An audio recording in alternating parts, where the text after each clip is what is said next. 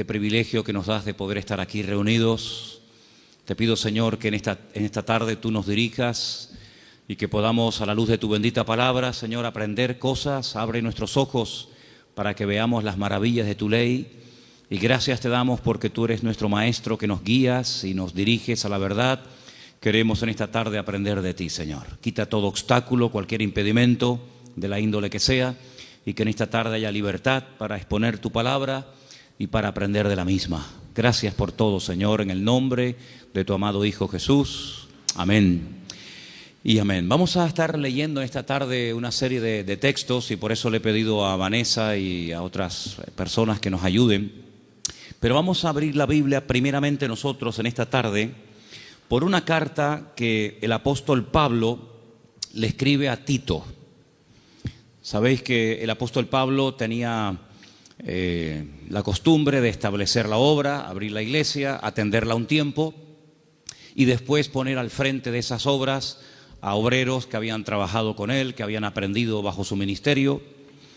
Vemos cómo dejó en la ciudad de Éfeso a Timoteo, al cual le escribe 2 cartas, pero a este joven pastor llamado Tito, lo deja en la isla de Creta.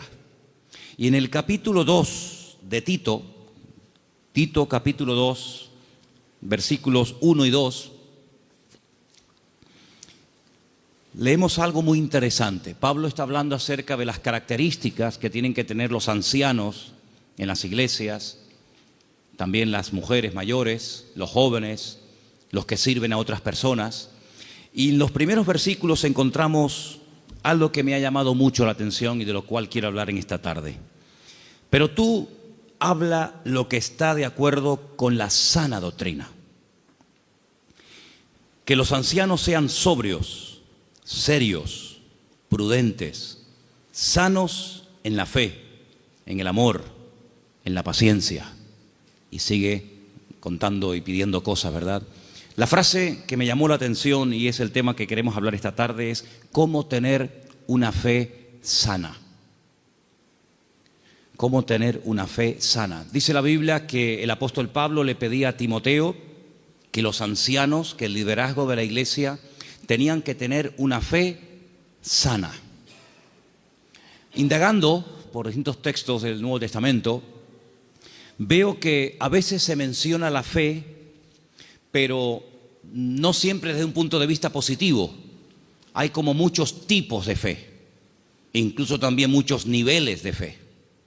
Y el apóstol Pablo y el Señor, a través de sus palabras, nos dice que la fe del creyente tiene que ser sana. Hablaremos después cómo se puede tener una fe sana, y también nos tendremos que preguntar si la fe que yo tengo está sana o está un poco enferma, ¿no? En Lucas 9:54 vamos a leer el primer texto, donde podemos ver a unos discípulos del Señor que lógicamente tenían fe, pero una fe muy extraña. Yo la he llamado una fe distorsionada. Escuchemos Lucas 9:54.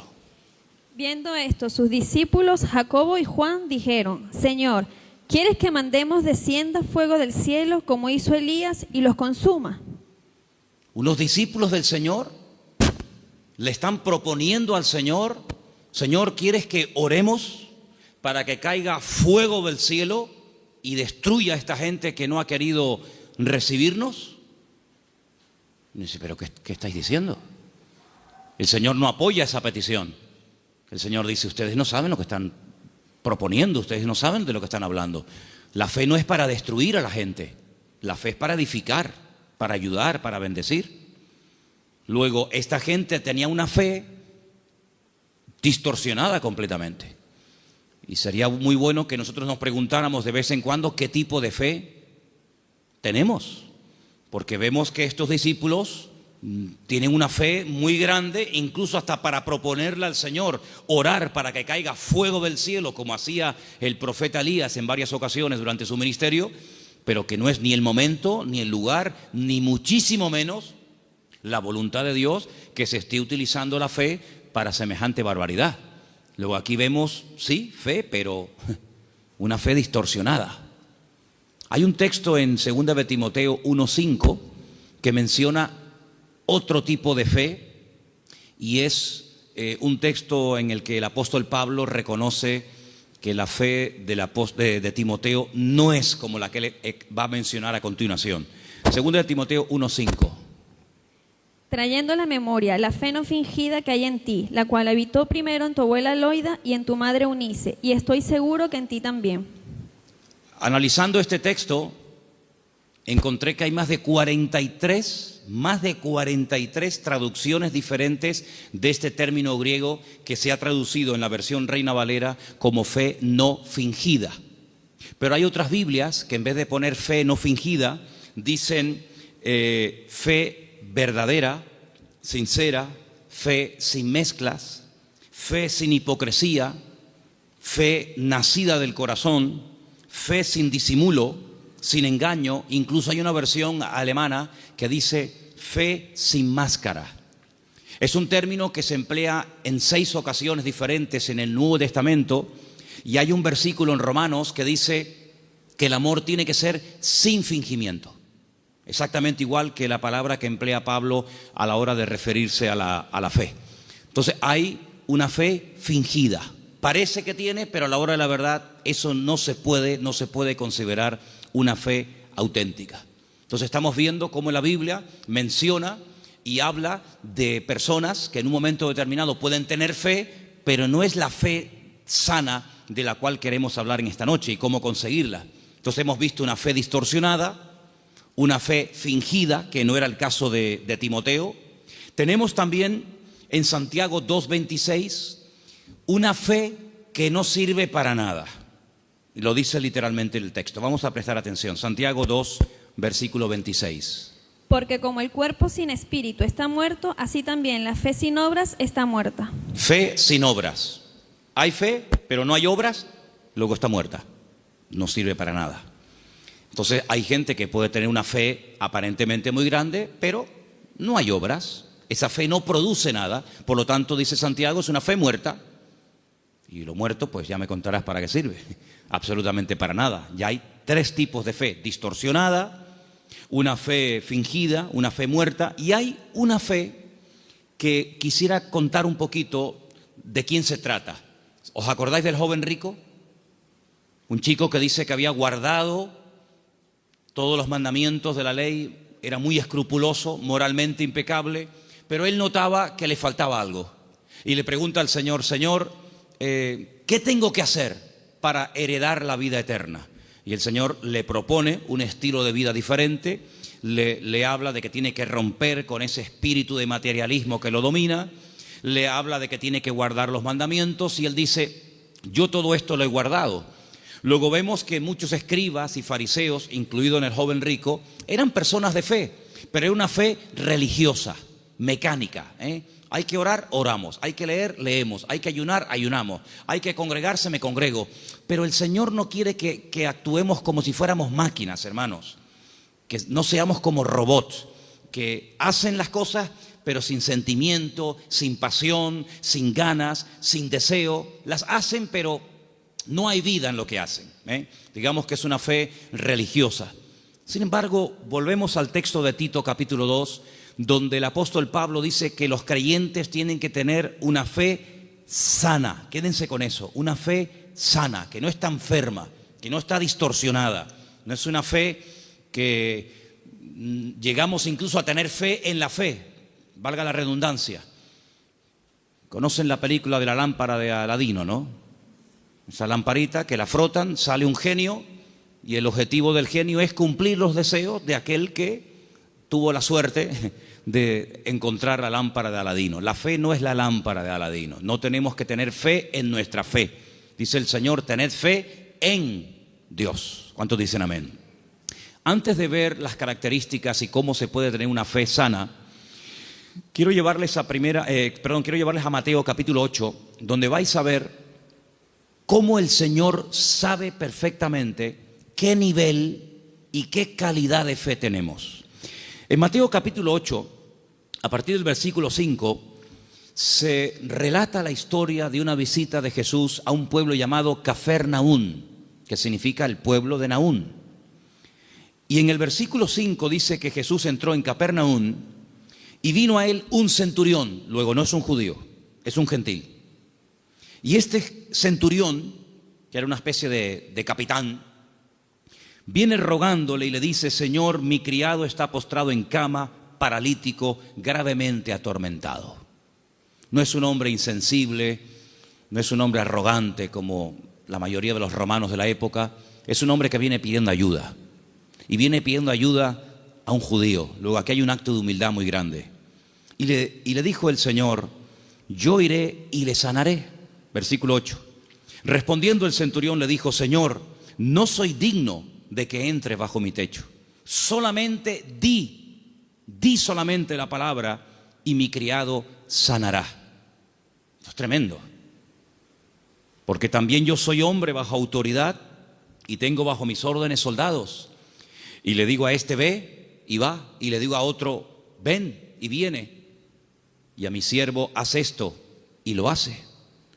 Al oírlo Jesús se maravilló y dijo a los que le seguían: de cierto os digo que ni aún en Israel he hallado tanta fe.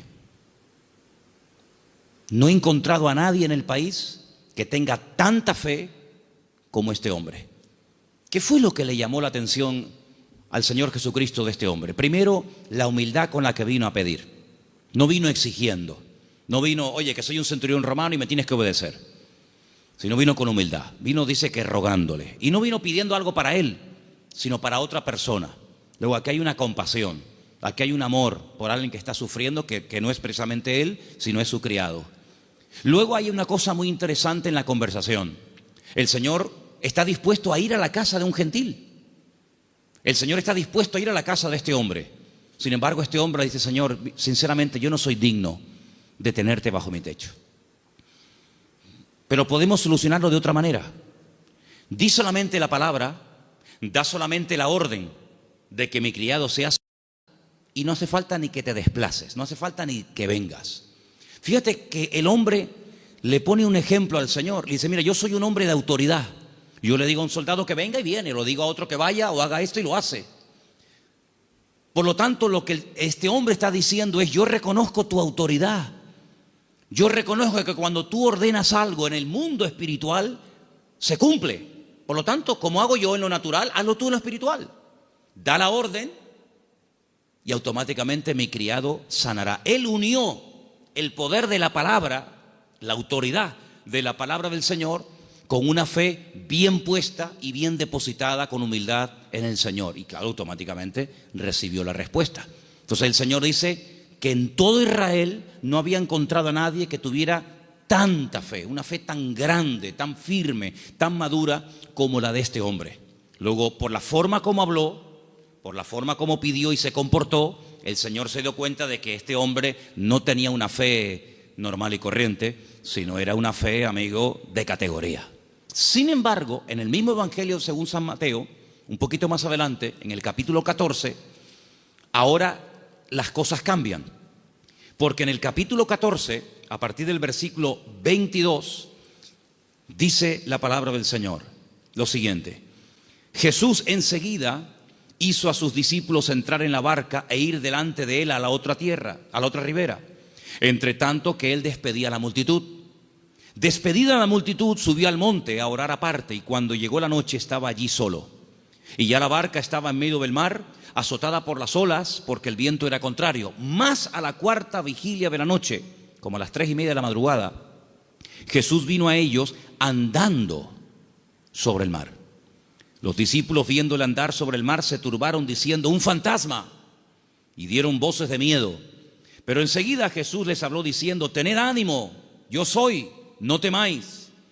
Entonces Pedro le respondió y le dijo: Señor, si tú eres, manda que yo vaya a ti sobre las aguas. Vamos a ver. Jesús le dijo: ven. Simplemente eso, ven.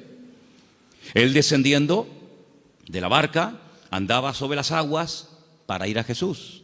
Pero, ay amigos, los peros. Al ver el fuerte viento tuvo miedo y, comenzando a hundirse, dio voces diciendo: Señor, sálvame. Al momento Jesús, extendiendo la mano, asió de él y le dijo: hombre de poca fe. poca fe. Capítulo 8 le dice al centurión, grande, grande es tu fe.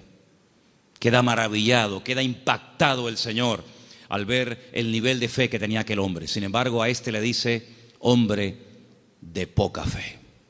Hay otro pasaje muy interesante en los evangelios, ustedes lo conocen perfectamente, donde Jesús está predicando en una casa. Dice la Biblia que fuera hay unos amigos de un paralítico que no pueden entrar. Conocen la historia, ¿verdad? Dice que se suben al techo, no se desaniman, no dicen, bueno, vengamos otro día, tal vez otro día ya no está. Nada los detiene, nada los frena. Descienden al paralítico entre ellos y dice la Biblia literalmente, al ver Jesús la fe de ellos. No habla de la fe del paralítico. Al ver Jesús la fe de ellos, le dijo al paralítico, y todos conocemos el resto de la historia. Luego, tal vez nosotros no podemos ver la fe, ni siquiera la nuestra, pero el Señor sabe perfectamente qué nivel de fe tenemos. La fe que tenemos que tener no es una fe cualquiera. No es esa fe que creemos que es una especie de, como dije antes, de lámpara de Aladín o de llave maestra que todo lo puede y todo lo abre. No, no. Tiene que ser una fe sana. Pero ¿cómo se llega a tener esa fe sana? ¿Cuáles son las características de una fe sana verdaderamente en el Señor? Vamos a ver la primera característica que tiene que tener una fe sana. Primera de Pedro, capítulo 1, del 3 al 9. ¿Lo tienes, Vanessa? Vamos a prestar atención a Primera de Pedro 1, del 3 al 9. Bendito el Dios y Padre de nuestro Señor Jesucristo, que según su grande misericordia nos hizo renacer para una esperanza viva por la resurrección de Jesucristo de los muertos, para una herencia incorruptible, incontaminada e inmarcesible, reservada en los cielos para vosotros, que sois guardados por el poder de Dios mediante la fe para alcanzar la salvación que está preparada para ser manifestada en el tiempo postrero, en lo cual vosotros os alegráis, aunque ahora, por un poco de tiempo, si es necesario, tengáis que ser afligidos en diversas pruebas, para que sometida a prueba vuestra fe, mucho más preciosa que el oro, el cual, aunque perecedero, se prueba con fuego, sea hallada en alabanza, gloria y honra, cuando sea manifestado Jesucristo, a quien amáis sin haberle visto, en quien creyendo, aunque ahora no lo veáis, os alegráis con gozo inefable y glorioso, obteniendo el fin de vuestra fe, que es la salvación de vuestras almas. Amén. ¿Os dais cuenta? La primera característica de una fe sana es que tiene que ser probada. Si no quieres tener una fe probada, jamás sabrás qué tipo de fe tú tienes. Mientras no hay problemas, no se sabe si verdaderamente tú eres una persona madura o inmadura. No se sabe.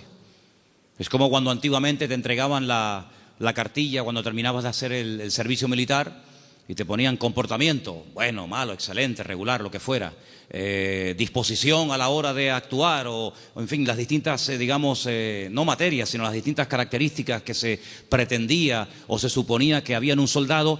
Generalmente, a menos que fuera tiempo de guerra, el apartado del valor se dejaba en blanco, porque no hubo ocasión de mostrar el valor. La obediencia sí, la fidelidad, la puntualidad, digamos la uniformidad, pero el valor era una casilla que se dejaba en blanco. Ahora, si hay una guerra, si te tienes que jugar la vida, si tienes que salir a campo abierto, entonces se sabe si ese soldado tenía o no tenía valor. Con la fe es exactamente igual. Si no hay pruebas, pues sí, tengo fe. Pero amigo, y cuando llegaron las pruebas, ¿cómo reaccionó usted ante el primer problema que le vino después de conocer al Señor? Porque nosotros reaccionamos de una manera antes de conocer al Señor que no puede ser la misma después de conocer al Señor. ¿Cómo, por ejemplo, reaccionó Job?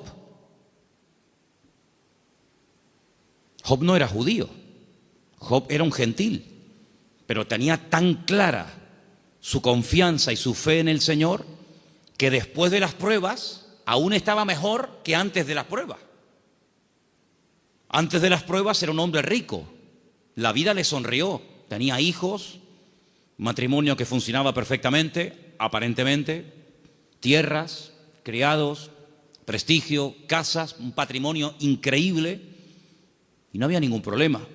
El Señor permitió, porque todo lo permite el Señor, que las cosas comenzaran a ir de diferente manera. perdió en una semana a todos los hijos, no a uno, a todos, los varones y las hembras. Perdió todos los animales, eso era una tragedia en aquel tiempo. Las cosechas se le pudrieron, la mujer se le volvió en su contra, él cayó enfermo, las casas se le derrumbaron, los amigos, ni te cuento. Si uno dice, bueno, pero ¿dónde está Dios en todo esto? Nunca estuvo Dios más cerca de Job que cuando era probado. Cuando más cerca Dios estuvo de Job y cuanto más cerca Job estuvo del Señor fue en el tiempo de la prueba. En ningún momento se quejó. Argumentó, habló con el Señor, todo lo que tú quieras, pero en ningún momento claudicó y dijo, no merece la pena, no sirve de nada llevar una vida íntegra, llevar una vida de santidad, porque al fin y al cabo, mira, estoy pasando lo peor que los que no creen en ti, Señor. Al final, cuando termina todo aquel ciclo de pruebas tremendas, que no sabemos exactamente cuánto tiempo duró, él dice cosas tremendas. Él dice, yo de oídas te había oído, pero ahora mis ojos te ven. Ahora es cuando yo verdaderamente he conocido qué tipo de Dios, qué naturaleza es la de mi Dios. Ahora he experimentado la fidelidad de Dios. Ahora he experimentado la sanidad del Señor. Ahora he experimentado el consuelo del Señor. Y por eso, claro, él dice esa famosa leyenda, esa famosa frase, aunque Dios me mate, lo voy a seguir adorando, porque yo sé que mi Redentor está vivo. Entonces las pruebas no lo destruyeron, al contrario, lo fortalecieron de tal manera que al final él tiene que orar por los demás y nadie por él, porque solamente venían a cuestionarle, a criticarle, a poner el dedo en la llaga y bueno, a decir todo tipo de barbaridades. Por lo tanto, la fe sana, la fe verdadera, tarde o temprano, ha de ser probada. Y dice la Biblia que la actitud que tenemos que tener ante las pruebas es de gozo. Es encima, ¿sí? Encima. Tener por sumo gozo cuando os halléis en diversas pruebas, sabiendo que la prueba de vuestra fe produce paciencia. Porque una fe, para que sea sana, tiene que tener un ingrediente indispensable y es paciencia. La fe sin paciencia puede convertirse en temeridad. Y tú dices, pero la fe tiene que ir acompañada de paciencia. Hombre, claro, si no se termina convirtiendo en desesperación. No entiendo nada. Oro, pido con fe y no recibo. ¿Pero cómo es esto?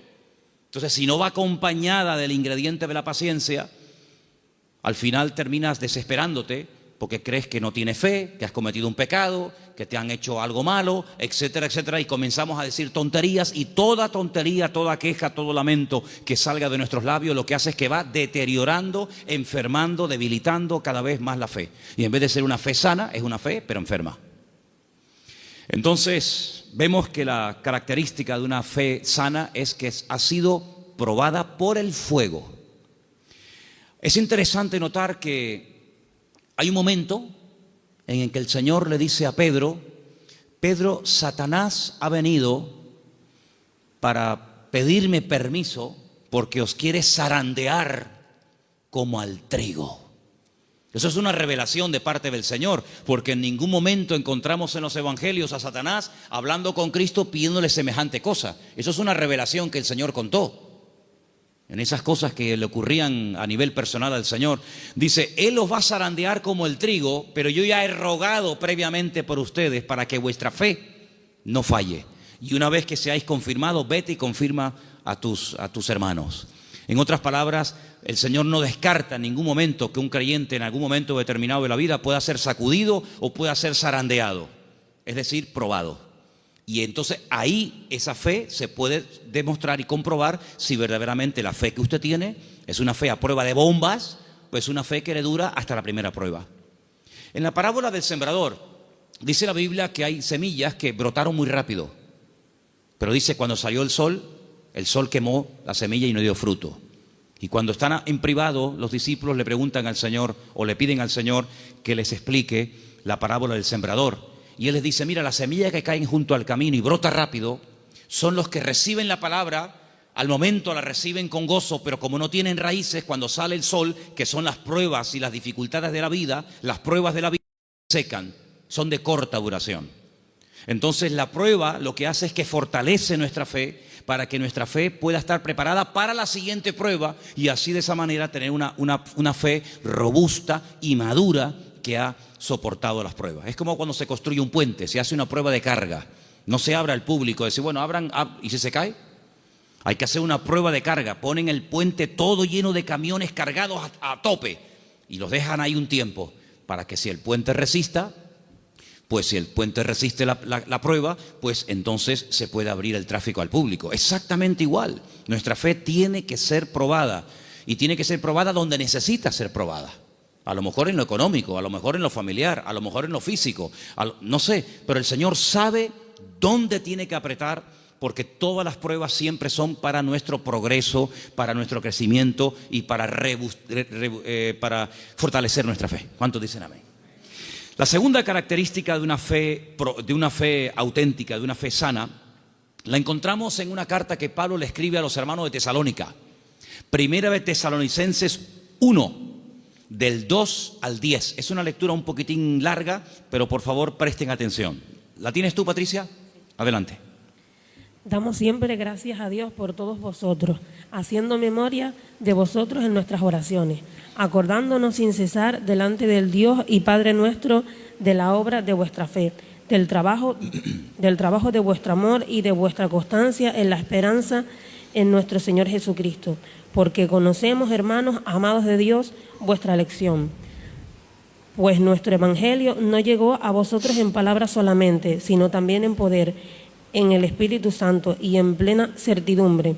Como bien sabéis, cuáles fuimos entre vosotros por amor de vosotros, y vosotros vinisteis a ser imitadores de nosotros y del Señor, recibiendo la palabra en medio de gran tribulación con gozo del Espíritu Santo, de tal manera que habéis sido ejemplo a todos los de Macedonia y de Acaya, que han creído, porque partiendo de vosotros ha sido divulgada la palabra del Señor, no solo en Macedonia y Acaya, sino también en todo lugar vuestra fe en Dios se ha extendido, de modo que nosotros no tenemos necesidad de hablar nada, porque ellos mismos cuentan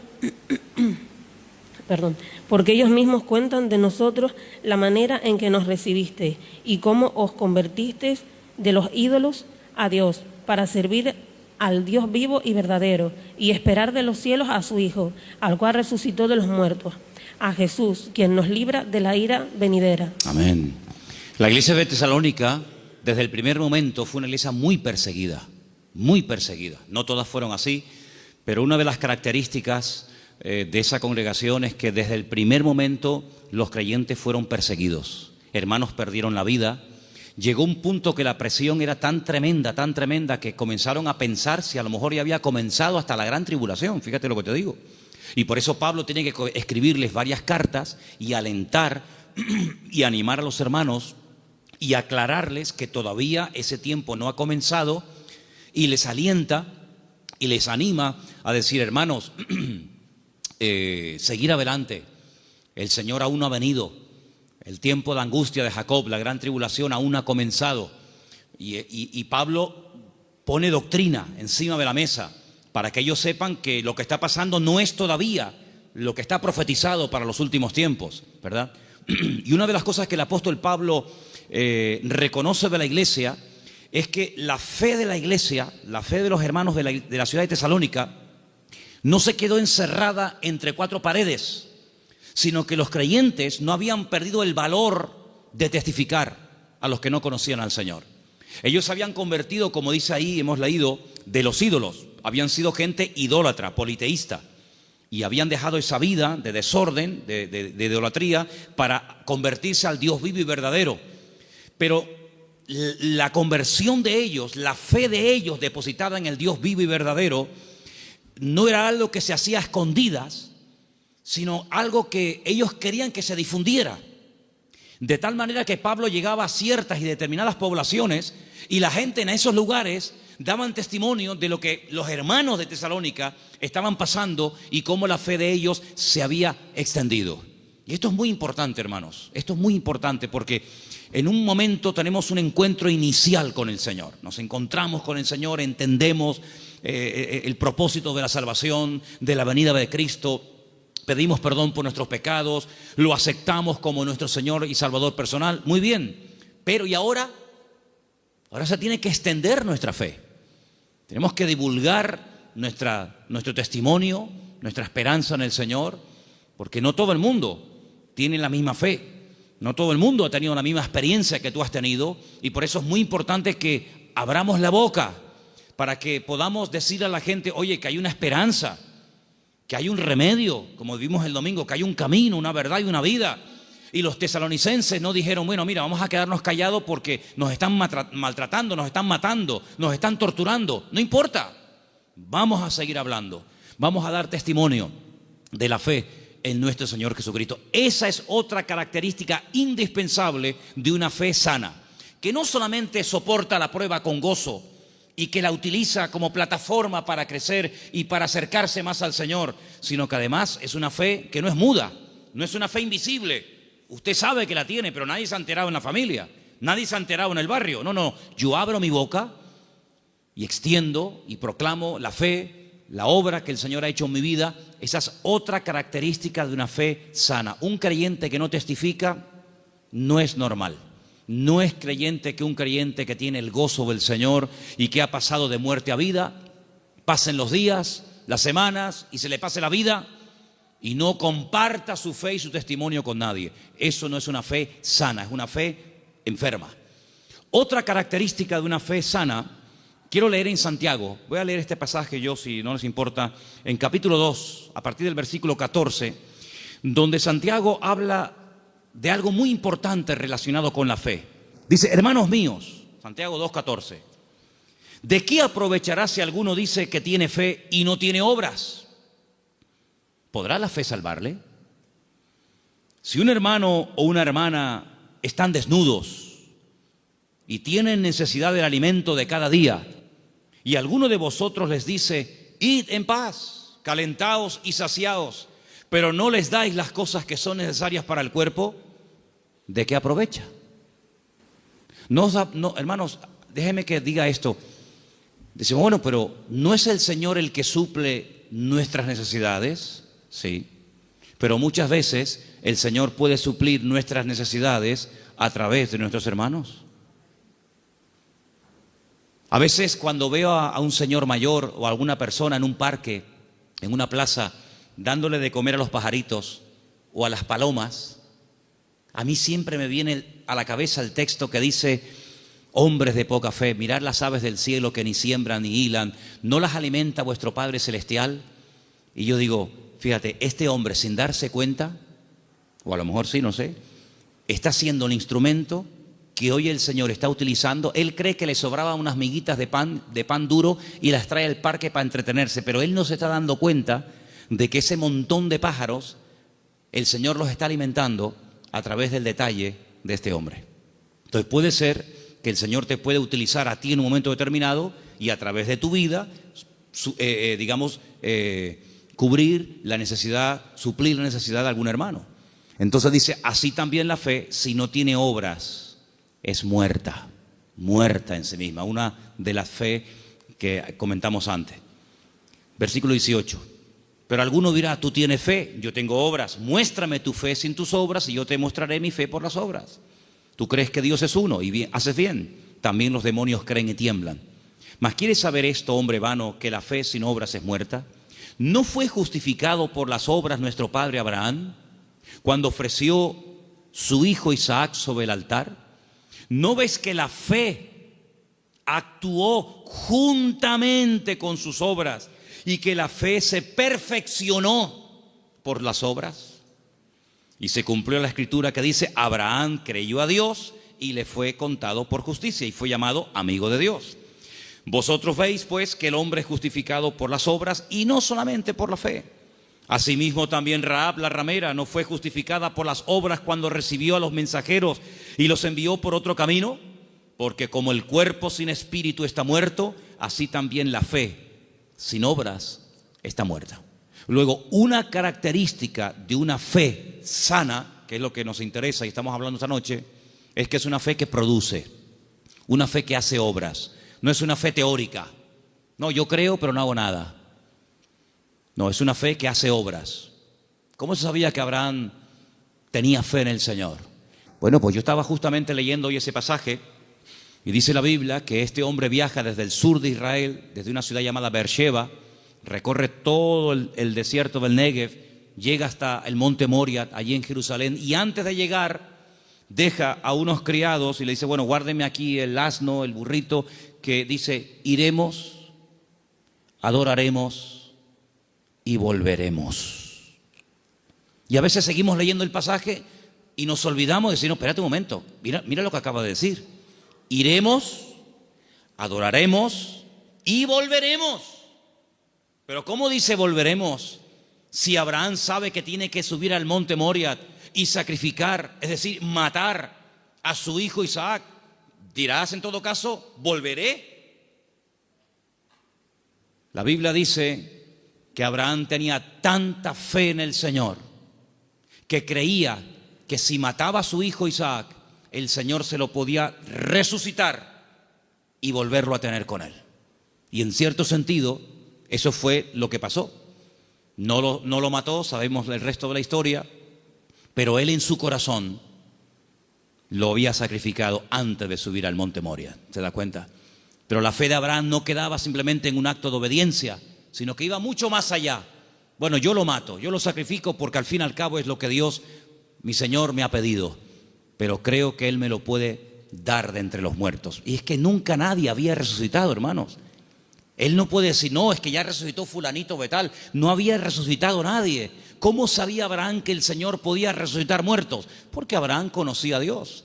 Y la fe auténtica, la fe sana, no es una fe ciega, no es una fe irracional, es una fe basada en hechos, en realidades. ¿Y qué mejor realidad que conocer a Dios y conocer su palabra? Yo dije en una ocasión que hubo un momento en nuestra vida en los que creímos en un Dios que prácticamente no conocíamos. Cuando nosotros la primera vez aceptamos al Señor, ¿qué sabíamos del Señor? Pues muy poca cosa. No conocemos hoy nosotros al Señor mejor que hace años atrás cuando lo conocimos o lo recibimos en nuestro corazón, ¿sí o no? Por supuesto que sí. En aquel momento fue un acto de fe. Yo necesité fe, créame, yo particularmente, yo no sé usted, pero yo necesité mucha fe porque yo no creía en Dios. No creía en Dios, sencillamente. Para mí no existía. Y yo necesité que Dios me diera fe para poder creer en Él. Pero créanme, hermanos, y lo digo con toda sinceridad, yo hoy en día no necesito fe para creer en Dios. Yo es que sé que Dios existe.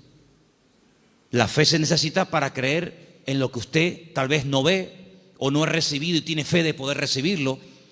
Pero yo no necesito fe para creer en mi Padre. Yo no necesito hoy por hoy fe para creer si este libro es o no es la palabra de Dios. Es que yo sé que es la palabra de Dios. Por lo tanto, la fe tiene que ir en aumento, tiene que ir creciendo, tiene que ir madurando.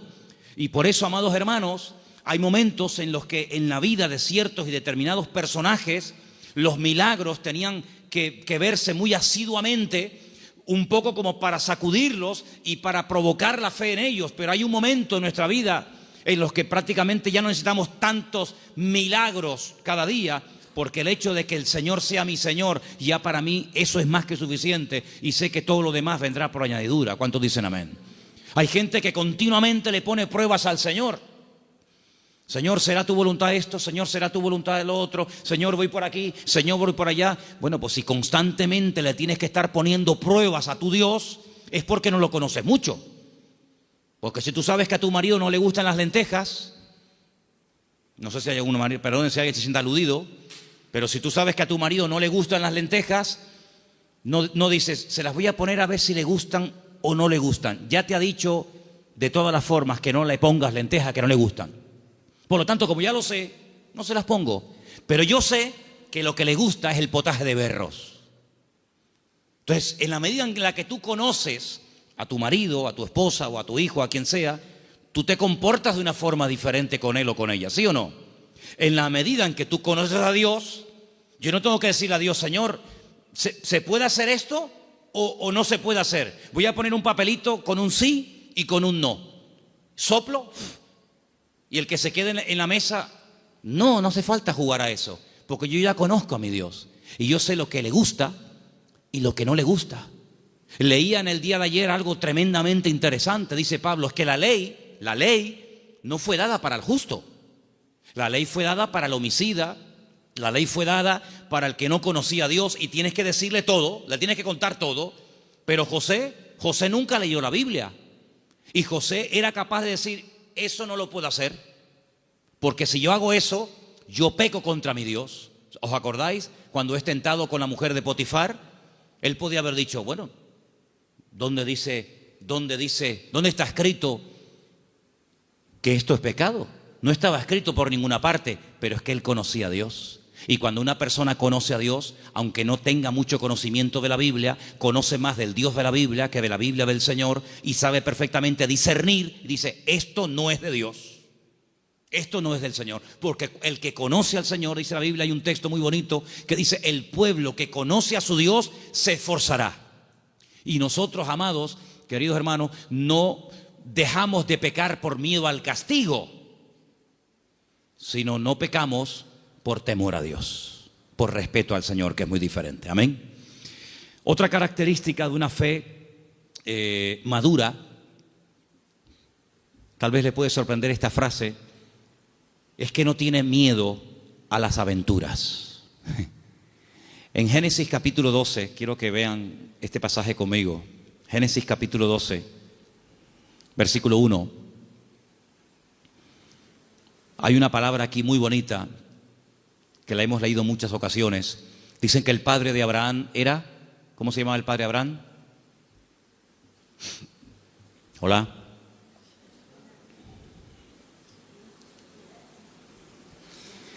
El padre de Abraham se llamaba Taré. Y cuenta la leyenda que el padre de Abraham, Taré, podía ser una persona muy importante en el ejército de Nimrod. ¿Y quién era Nimrod? Uno de los peores personajes de la historia. Terrible, terrible. El primer hombre poderoso de la tierra. Un tipo de anticristo, para que me entendáis. Un hombre idólatra, un hombre tremendo. Y hay muchas leyendas y muchas historias, no solamente en el pueblo de Israel, sino en el mundo árabe y en otras culturas que hablan mucho de Abraham, porque Abraham es el personaje que le cae bien a todo el mundo.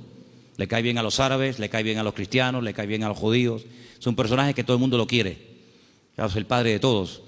Y hay una leyenda que dicen que un día el padre de Abraham, que era vendedor también de ídolos, se fue y dejó a Abraham al cargo de su tienda de imágenes. Y Abraham rompió todos los ídolos de su padre menos uno. Y cuando el padre viene, le pregunta al hijo, hijo, ¿pero qué has hecho? Me has roto todos los ídolos, todas las imágenes.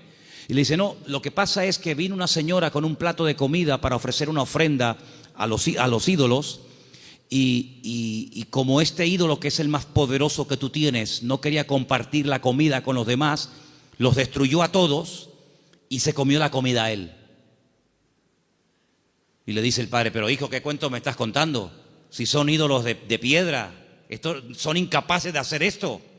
Y Abraham le dice, pues papá, si tú mismo has reconocido que son ídolos de piedra que no puedan hacer esto, ¿por qué los adoras? Es una leyenda que cuentan los árabes, ¿no? Hablando acerca de la fe de Abraham. Pues este hombre, cuando vivía en aquella tierra, versículo 1, Génesis 12:1, dice, el Señor le había dicho, fíjate el tiempo del verbo, no está llamando el Señor ahí a Abraham, dice, ya le había dicho.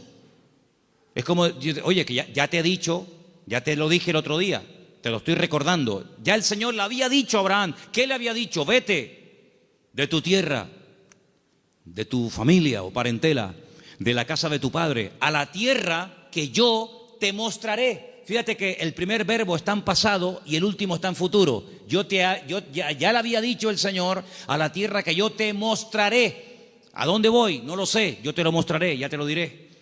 Pero hay una promesa, entre el cumplimiento de la promesa y la obediencia, hay una palabra muy interesante, dice, yo haré de ti una nación grande, te bendeciré, te engrandeceré serás bendición, bendeciré a los que te bendigan y a los que te maldijeren, maldeciré, serán benditas en ti todas las familias de la tierra. Y se fue Abraham como el Señor lo había dicho. Entonces vemos que este hombre, en base a una promesa, en base a una orden de parte del Señor, él emprende una aventura. Y por eso este punto que he dicho, que para tener una fe sana, uno tiene que estar dispuesto a correr aventuras con el Señor. No podemos tener todo bajo control. Hay creyentes que todo lo quieren tener bajo control. Y eso es totalmente imposible. Quiero tener bajo control las facturas, lo que tengo que pagar, lo que tengo que hacer, lo que tengo que decir. Tengo que tener... Hermano, en la vida de un creyente verdadero, tienes que dejar una puerta abierta a la vida de fe, a una vida de aventura. Esto no tiene ni pies ni cabeza, diría un padre a un hijo. Pero hijo, ¿a dónde va? Es que no lo sé, padre. Pero, ¿qué sentido tiene esto? Yo leía hoy una frase en un libro que la tengo por aquí apuntada y me llamó mucho la atención y la quiero compartir con ustedes. Y la frase que leía dice: lo que nosotros llamamos seguridad muchas veces no es más que un freno para una vida de fe. Esto me impactó muchísimo, No, es que hay que tener una seguridad en la vida, tú. Ya, oye, ya no tengo 20 años, ya tengo una edad y uno ya tiene que ir pensando las cosas. Me parece muy bien. Pero cuando vamos a la palabra de Dios, nos encontramos que a veces Dios llama a gente ya con 80 años. Y tú dices, ¿pero dónde va este hombre con 80 años?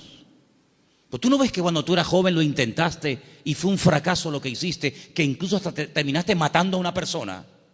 Y el Señor llama a un hombre que en el pasado ha fracasado y se ha refugiado como un prófugo en el desierto, cuidando ovejas que no son ni de él. Y ahora tengo que volver atrás. ¿A qué? Hacer la voluntad de Dios. Pero en esta ocasión no como tú la quisiste hacer en tu yo, en tu ego, sino hacerla en mi nombre. Y lo manda a Moisés, a Egipto, con 80 años. Y Abraham le da unas promesas increíbles con una edad que uno dice, ¿y por qué no le dio estas promesas cuando tenía 18, 20 o 30 años? ¿Por qué esperó tanto el Señor en sorprender y en usar a este hombre? Hermanos, nosotros no somos los que ponemos los tiempos. Los tiempos los pone el Señor. Por eso les dije antes que un ingrediente indispensable de una fe sana es la paciencia. Una fe que no va acompañada de paciencia te puede crear problemas a ti personalmente. Porque cuando tú pides y cuando tú oras y no recibes, la Biblia dice que si pedimos y no recibimos, se puede convertir en un tormento al alma, en un tormento al corazón. Y por eso el que tú pidas no significa que inmediatamente tus órdenes se tienen que cumplir. Vuelvo a repetir el ejemplo de antes. La fe no es la lámpara de Aladino. Encomendamos al Señor nuestra vida, nuestras situaciones, confía en Él y Él hará, decía el Salmo 37, ¿os acordáis? Entonces, una fe sana tiene que ser probada, tiene que extenderse, no puede quedar ahí reducida, anclada, encerrada herméticamente en tu vida. Es una fe que produce obras. Es una fe que es que por lo que haces se nota que tiene fe.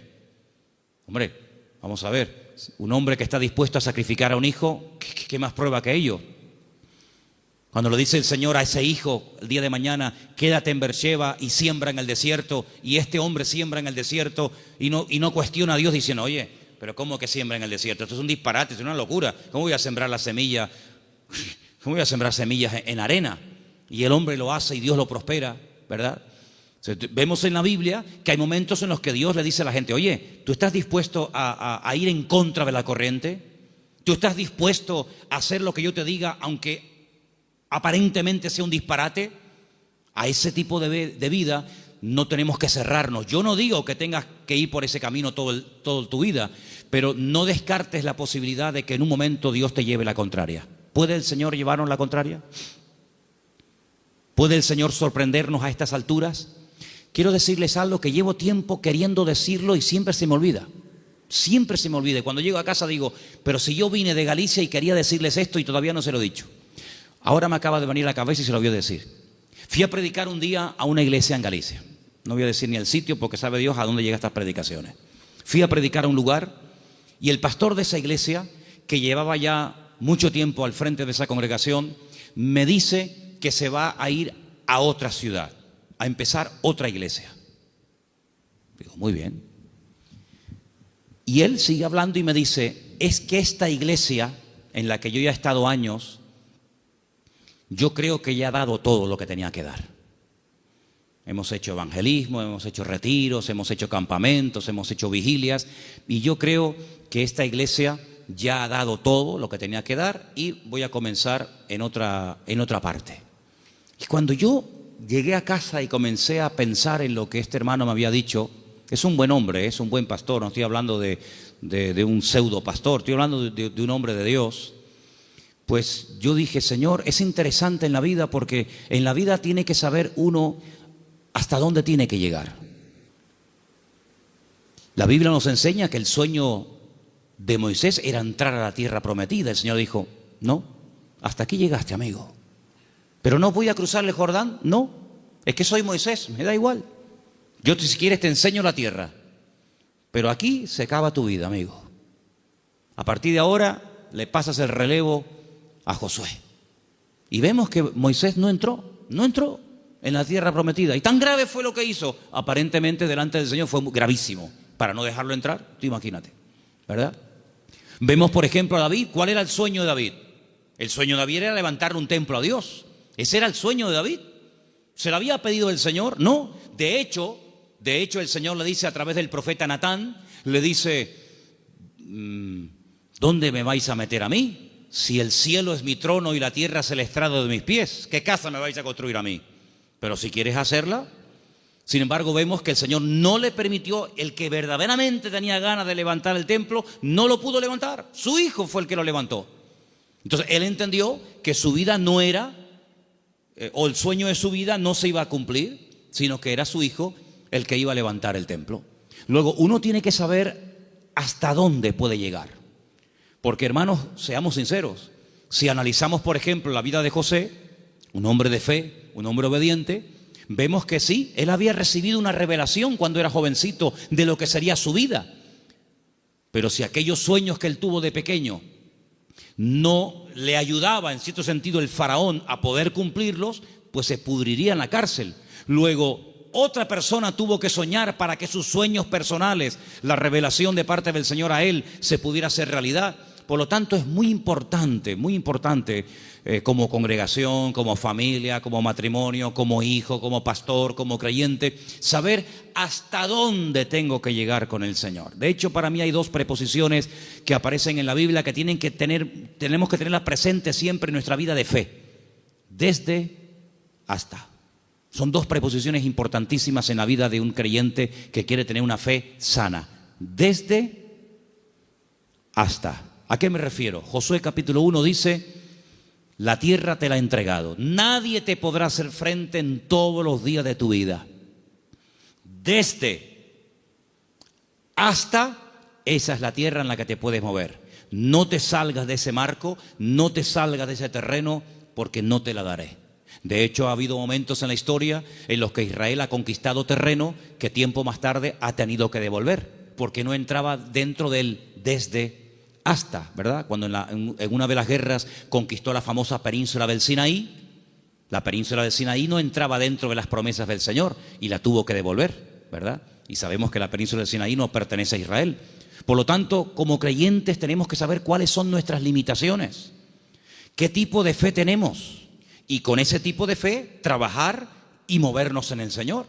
Porque dice la Biblia que no a todos se nos ha dado la misma fe, ni los mismos dones, ni el mismo conocimiento, ni los mismos talentos.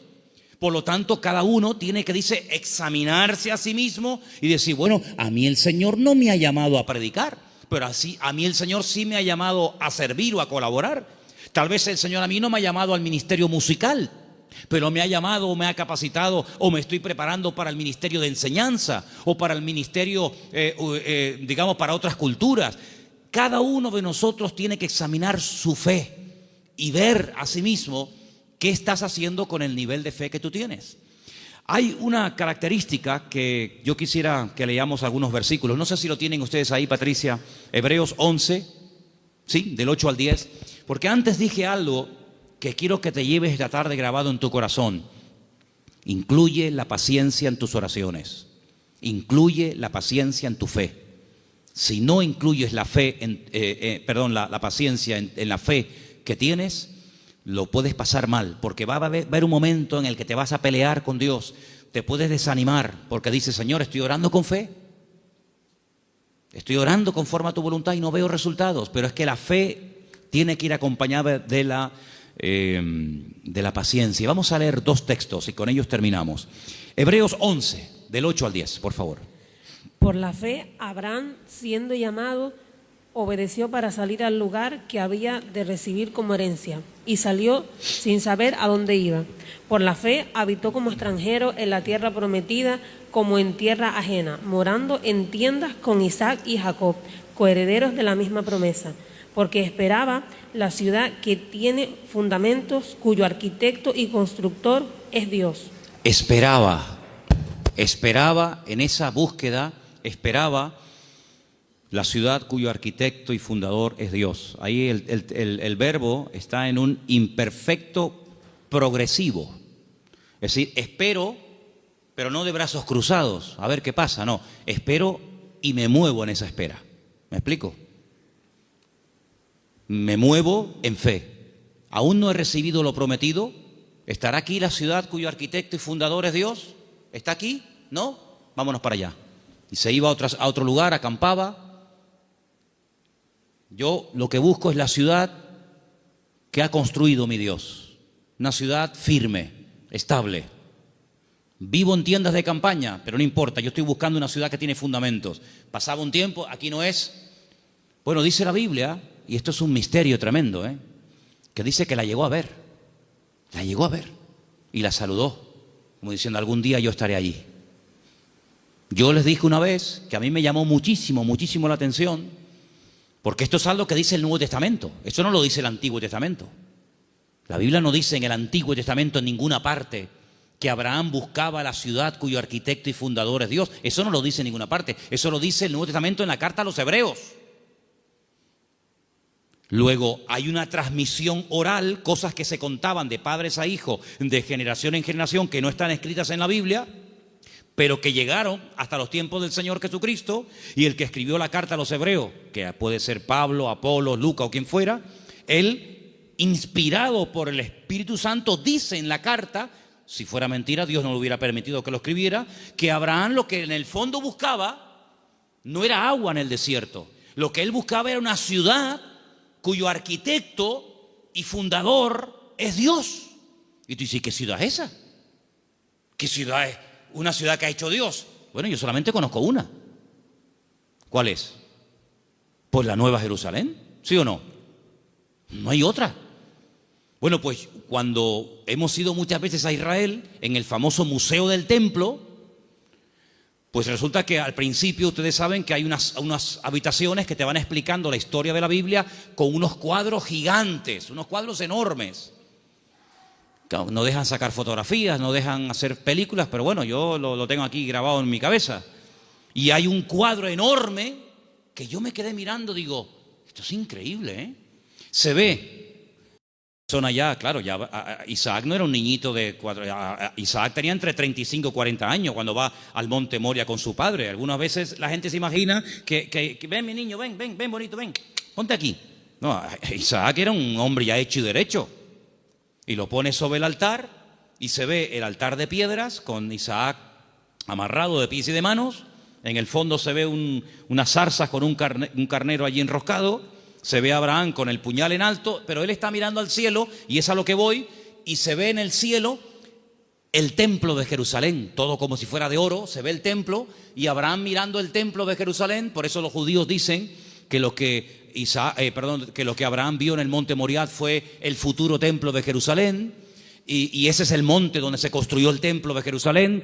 Y yo, cuando miraba aquello, digo, pero si los judíos no leen el Nuevo Testamento, si los judíos tienen prohibido leer el Nuevo Testamento, ¿cómo saben ellos que Abraham allí en aquel sitio, según la versión judía, él vio el templo de Jerusalén? Y yo en el Nuevo Testamento veo que Abraham lo que vio fue la Nueva Jerusalén. Bueno, algo se tuvo que transmitir a lo largo de la historia, de boca en boca, ¿verdad? De generación en generación, que llegó hasta los tiempos de la carta de los Hebreos, donde vemos que Abraham vio algo y dice que la vio. Entonces, amados hermanos, el nivel de fe de Abraham era algo tan espectacular que ¿cómo va a tener el temor de sacrificar a un hijo cuando sabe que Dios se lo puede resucitar? ¿Cómo va a tener él temor de dejar la herencia de su padre y quedar totalmente desheredado a la hora de salir del hogar, cuando él sabe perfectamente lo que Dios le está prometiendo? La fe no tiene lugar a la duda. La fe es certeza, la fe es convicción. Ahora, si yo tengo un buen trabajo, pongamos un ejemplo sencillo de entender. Si yo tengo un buen trabajo, gano bien, estoy contratado fijo, tengo mis pagas, ya tengo una antigüedad, etcétera, etcétera, me va bien, me encuentro a gusto, y de repente me ofrecen otro trabajo, una de dos. O el que me ofrecen tiene que ser 1000 veces mejor que el que tengo, o no tiene ningún sentido que yo deje este buen trabajo por un trabajo que en el fondo no sé si me van a pagar, si no me van a pagar, si tienen solvencia, si no tienen solvencia, si estos van serios, si estos van broma. ¿Tú sabes lo que significó dejar todo? Papá, que me voy. ¿Pero te vas a dónde? No sé. ¿Y por qué? Es que Dios me llamó. ¿Pero qué Dios te llamó? Era una aventura, era un disparate. Pero un disparate para el hombre que tiene una fe enferma. Un disparate para el hombre que se pone encima de una mesa y empieza a sacar cálculos y saca la calculadora y dice: esto es un disparate, esto no va a funcionar bien, esto no tiene ni pies ni cabeza. Para el hombre natural, dice la Biblia, que las cosas de Dios son un disparate, son locura. Pero para el hombre que tiene el Espíritu de Dios, dice que la fe te permite, hay distintos niveles, ¿verdad? Hay un momento en el que la fe, si crece, si madura, si se extiende, una fe probada, etcétera, te permite ver por la fe y llamar las cosas que no son como si ya fuesen. Tú imagínate que yo mañana llego aquí y les digo: hermano, a partir de ahora me llamo Daniel, ya no me llamo Manolo. Sería un choque, ¿no? Sería un impacto. Bueno, pues eso fue lo que tuvo que hacer Abraham: convencer a su mujer de que ahora Dios le cambió el nombre, convencer a sus 300 criados, y encima el nombre que Dios le ha puesto es un nombre que tiene que ver con algo que no es real. Si le hubiera puesto un nombre que significaba anciano, pues oye, te pega como anillo al dedo porque eres un viejito. O si te hubiera puesto un nombre que no sé, pero es que le puso un nombre que significaba padre de multitudes. Y claro, más de uno habrá dicho: pero bueno, es que este hombre este hombre va de mal en peor. Se pone un nombre que no tiene nada que ver con la realidad. Pero es que la fe te permite estar por encima de lo que llamamos realidad. Porque yo pregunto, ¿la realidad cuál es? ¿La que vivimos o la que Dios quiere que vivamos? Porque la Biblia dice que la vida es sombra. Y la sombra no es la realidad. La sombra proyecta una realidad. Y la Biblia dice que vivimos en un mundo que es de sombra. Sin embargo, cuando conocemos a Dios, nos damos cuenta que la sombra de Dios, para que nos entendamos, se proyecta muchas veces en lo que nosotros llamamos realidad, pero que realmente la realidad no es lo que vemos, sino lo que no vemos. Porque dice la Biblia que las cosas que vemos son temporales, pero las que no vemos son eternas. Y la Biblia dice, hay una promesa, que el justo, por la fe, vivirá. Pero en el texto original hebreo no aparece el verbo vivir, sino aparece el verbo ser. El texto dice: el justo por la fe existirá. Porque una cosa es vivir y otra cosa es existir. La existencia la da el Señor. Y cuando nosotros conocemos a Dios, comenzamos a descubrir que la vida que muchas veces nosotros llamamos seguridad no es más que un freno y un impedimento para ver la grandeza y descubrir el poder de nuestro Dios. Por eso quiero terminar recordando las 5 características de una fe sana. Preguntémonos si las tenemos. La fe sana tiene que ser tarde o temprano probada. Una prueba que no duele no es prueba. Una prueba que no afecta en algún momento determinado tu estado de ánimo, pues no es prueba ni a nada. Dije hace tiempo que una característica de que estás siendo probado es que no entiendes nada. Si entiendes, no te estás probando el Señor. Si lo entiendes, no es una prueba. Una característica de que estoy siendo probado es que no entiendo lo que me está pasando. Eso es una prueba. La segunda característica es que es una fe que se extiende. No es una fe hermética encerrada en sí misma. Es una fe que actúa, que hace obras. Y por la forma como actúa, te das cuenta de que detrás de esa actuación hay una fe.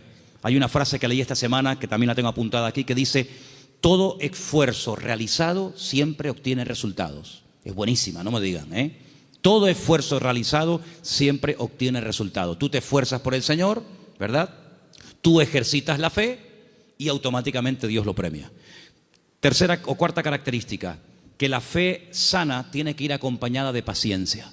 Dice la Biblia que Abraham esperaba pacientemente y finalmente la fe sana está dispuesta a la aventura. En Hebreos 10, del 12 al 13, quiero que lo leamos todos juntos, por favor. Hebreos capítulo 10, Hebreos 10 del 12 al 13. Hay unos versículos muy interesantes que los he dejado para el final, para que medites en ellos y te los lleves esta noche en tu corazón. Repito, Hebreos capítulo 10, del 12 al 13. ¿Lo tienen, hermanos? Bueno, creo que lo estamos poniendo ahí, ¿no? Perfecto. Léelo conmigo.